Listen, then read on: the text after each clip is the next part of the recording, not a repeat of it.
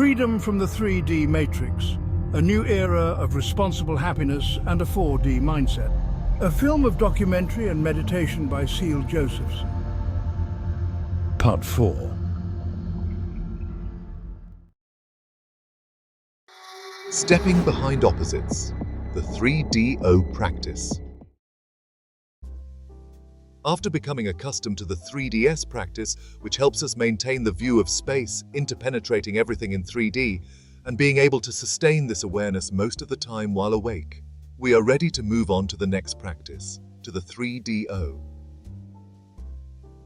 Our exploration of the nature of mind now takes us deeper into discovering, recognizing how our habitual consciousness works, and how to step beyond it. The practice of mentally working with opposites challenges us to confront the limitations of our habitual thinking patterns. We can learn to mentally cut through the dualistic patterns of thinking and marvel at the limitless unity that lies beyond the reach of 3D consciousness, the 4D nature of mind. We live in a world of duality where a me and a you, positive and negative, light and darkness, joy and sorrow, success and failure are perceived as separate and often opposing forces. Our 3D habitual consciousness, conditioned by this dualistic framework, tend to categorize and label experiences, creating a sense of fragmentation and limitation in our understanding of the world. Mentally cutting through logical opposites helps us transcend this limited perspective by recognizing that both the emergence of thoughts, regardless of their polarity, and their space-like source are simply different perspectives of the same totality within the nature of our minds. What ultimately matters is the awareness that perceives them, whether things are black or white, or whether a prism splits transparent light into its multicolored components. Reality is not merely about colors. It's about the fact or potentiality that they can emerge from space. Truth lies beyond, over, in between, and within any appearance, as its underlying, all-penetrating space-like nature. It's not about what happens in the world, whether good or bad, but about the potential for things to emerge, move, and happen within space. We are shifting our perspective from the nature of polarities to the viewpoint that 3D space and 3D appearance are intermingled from a 4D awareness perspective. This shift changes our experience of the world by freeing us from habitual thinking. While we may familiarize ourselves with the unity of space and appearance in 3DS, our aim in 3DO is to go one step further. In 3DS, we become accustomed to the concept of unity, but in 3DO, we seek to break down even this 3D concept we describe with the word unity. We aim to dismantle the habit of defining things as being like this or like that. We achieve this by cutting through 3D concepts to glimpse the bright, conceptless nature of 4D space-time. To do so, we use the seemingly opposing concepts of 3D space and 3D appearance to stretch our logical consciousness to its limits, until 3D consciousness freezes and collapses, allowing the always-present sun of 4D awareness to reveal itself now that the clouds have cleared from in front of it. In 3DO, we utilize concepts to cut through concepts. Thus, with persistent practice, we gradually understand that escaping the matrix does not mean trying to defeat it, as it is impossible.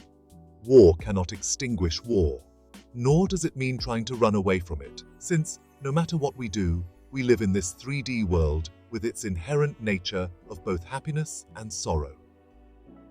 If we work, we earn money but get tired. If we don't work, we can relax but won't have money to pay the bills. The interplay of suffering and happiness is encoded in the 3D world regardless of our actions.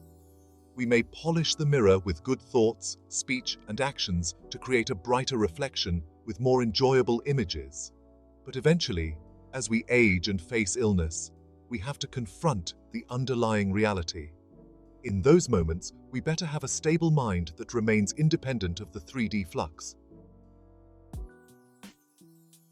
So, The ultimate truth lies neither in separation and opposition nor in unity. The truth is beyond these 3D concepts. Therefore, the solution does not lie in trying to beat or escape the 3D world.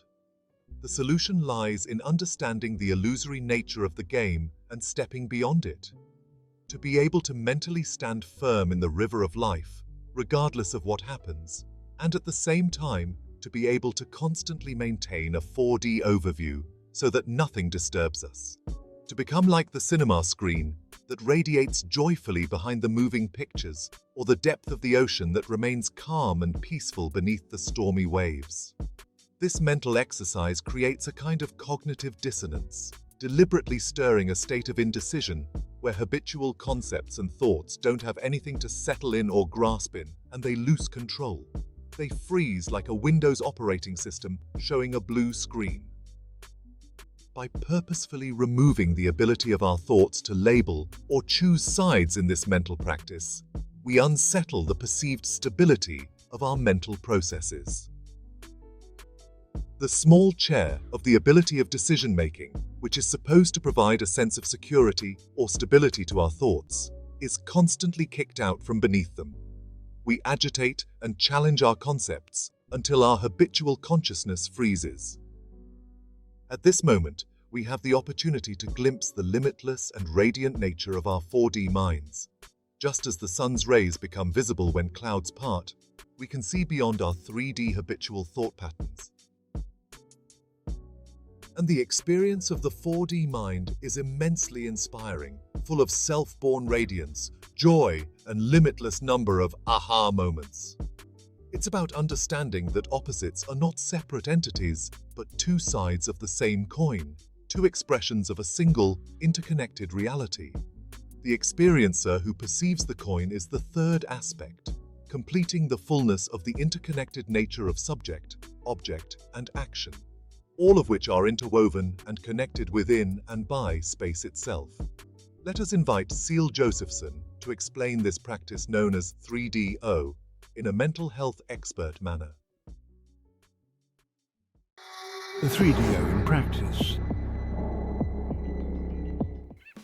The second practice is called 3DO. And this not only focuses on space, but it actually works with our habitual consciousness as well. And why do we do that?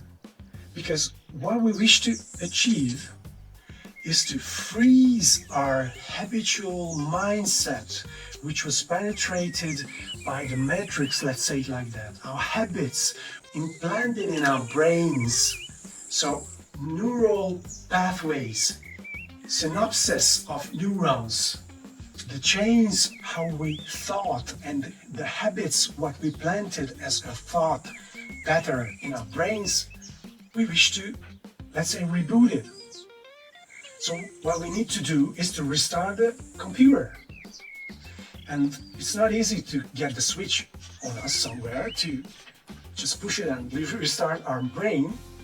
But the way we do it is that we create a blue screen. You know Windows, right? The blue screen of Windows when everything crashes and everything freezes.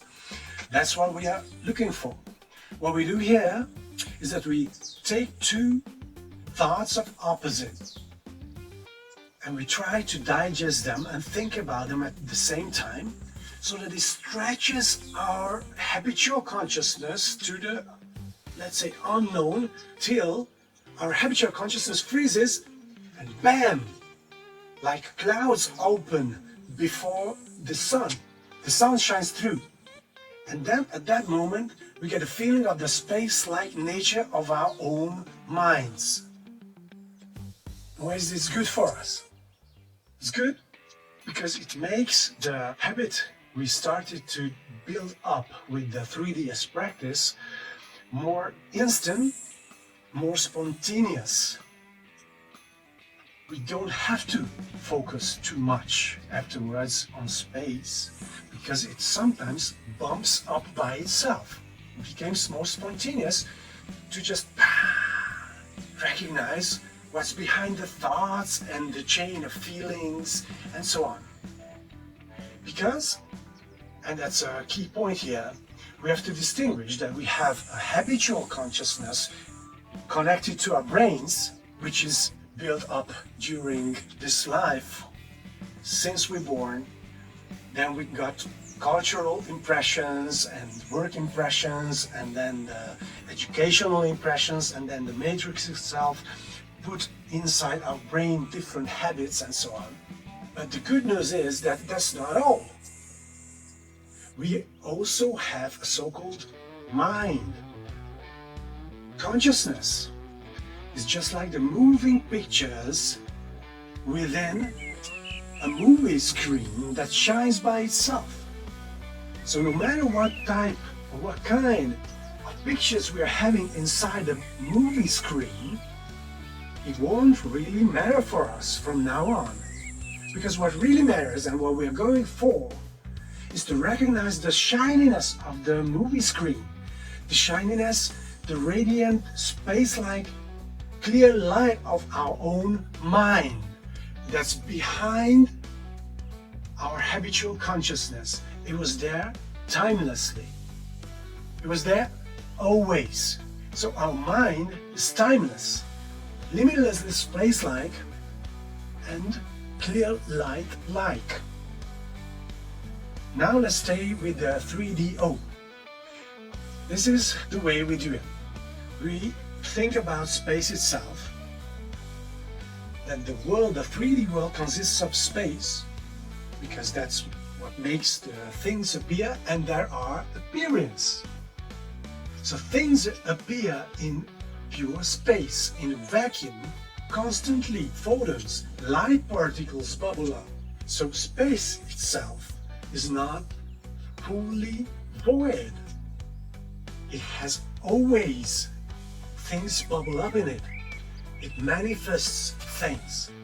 For example, we may remember the double slit experiment of the quantum physics. It's very simple.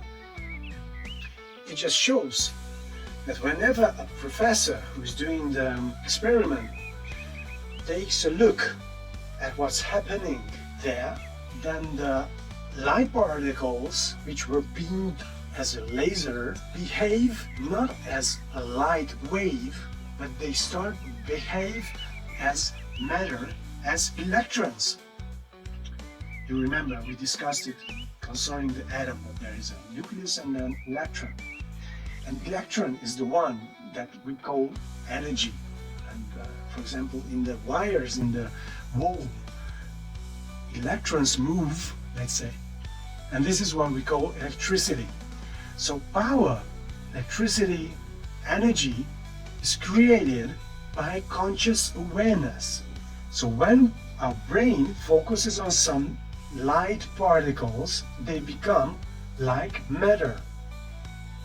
That's a great thing, because our mind can manifest immeasurable number of universes according to quantum physics.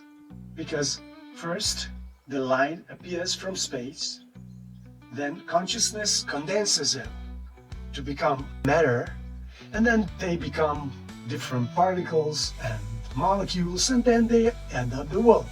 So this means that we constantly create our own worlds. Literally. This is what quantum physics says.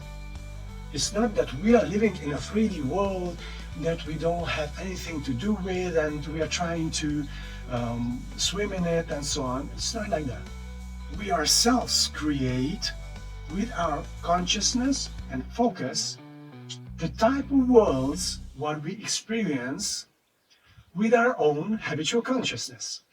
So we try to break this habitual consciousness for a moment to be able to look through to freedom. Because to see the nature of mind is total freedom. So what we think about are two things. Is reality space or appearance?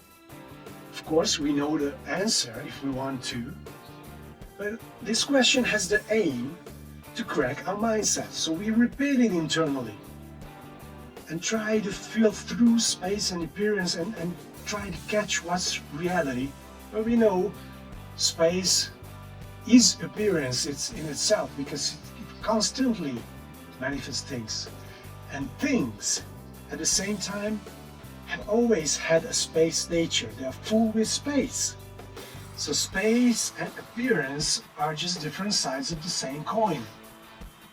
And what matters is that we have an awareness which can check this coin. And in this question, the answer does not matter. The coin doesn't matter in this question, because what we aim for is to recognize that there is something which experiences this coin.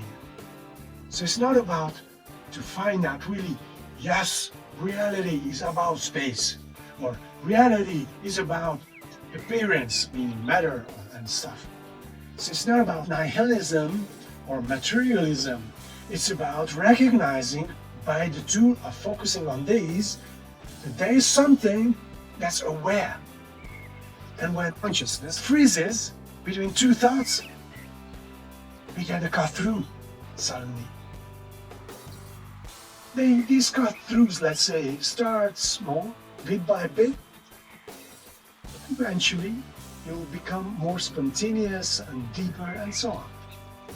So let's try that.